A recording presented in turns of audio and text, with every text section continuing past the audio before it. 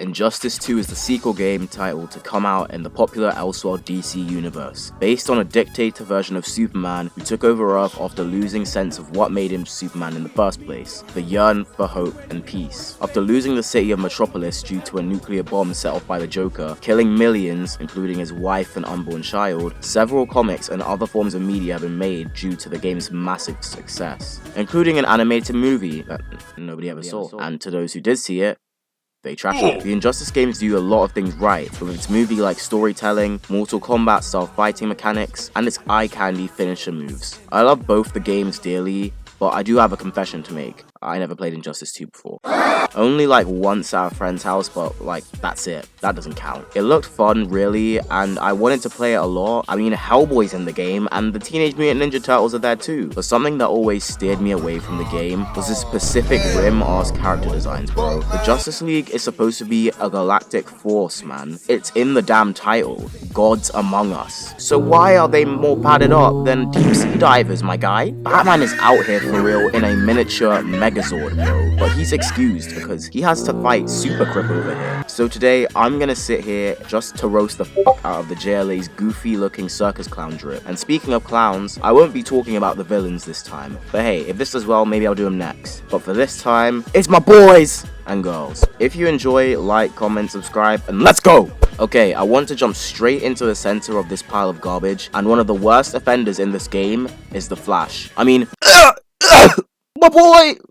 What did they do to you? This is a travesty, NetherRealm. He has bubble wrap on his shoulders and his arms. He for real has the Lego Ninjago techno blades on his ears as well. Now, ironically, although the title talks about an over-design issue with Injustice 2, the Flash in the first game is even more over-designed than this one, but it still looks more good than the one in this game. I think we can all agree, however, that the classic comic version of Barry Allen's suit would still have slapped way harder in the game. I'm pretty sure that's the suit they used in Mortal Kombat vs DC Universe, and that game's character designs were magnifico. Okay, Batman. I can understand the sentiment of giving this dude Elden Ring armor, since he literally has to run the ones with Superman and literally every other member on the Justice League, Wonder Woman, Black Adam, and he has to just go back to back with no powers. But I still can't tolerate the utter ugliness of this suit. When will DC bring back the classic Batman logos with defined wings and ears? This stupid time period of simple designs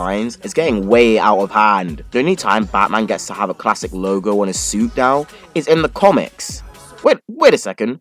Even some of the comics are getting rid of it. And don't get me started on the Kryptonite suit. Boy, get your jump back, kick back, win through all and spin minifigure looking ass boy out of here. He looks like a Foot Clan member, bro. I mean, he does need all that to drop Superman if we're gonna be honest. But why does Superman need armor to box against the Justice League? He's the most powerful member of the group, and he literally could smoke anybody in the Injustice roster with his bare hands.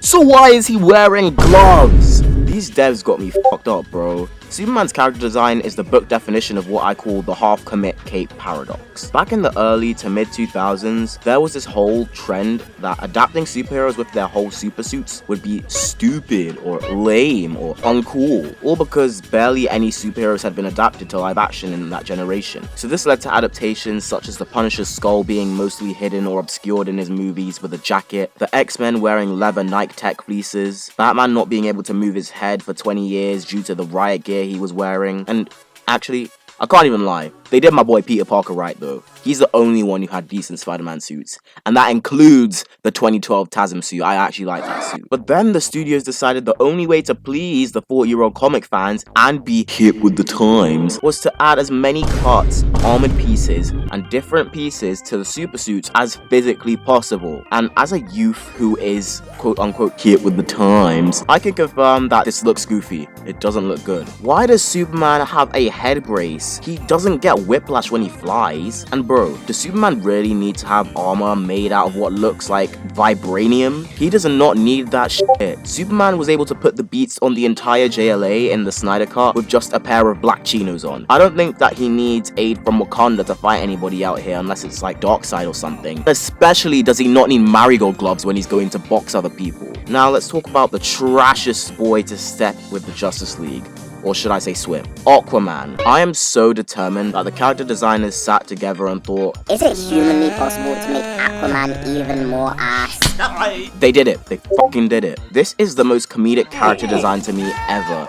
And I look at it every time and laugh out loud, bro. I find it even more humorous than his classic costume, which looks like he was wearing salmon skin over his dumb ass. Look how dumb he looks right here, though. Dookie has a dinosaur-ass haircut, first of all. He doesn't even have a fade, bro. What a creep. He's rocking that Marty McFly haircut. He has this heavy arm brace that's over his shoulder and his arm, and it looks like it's made of what seems to be really old seashells with gold laced around them.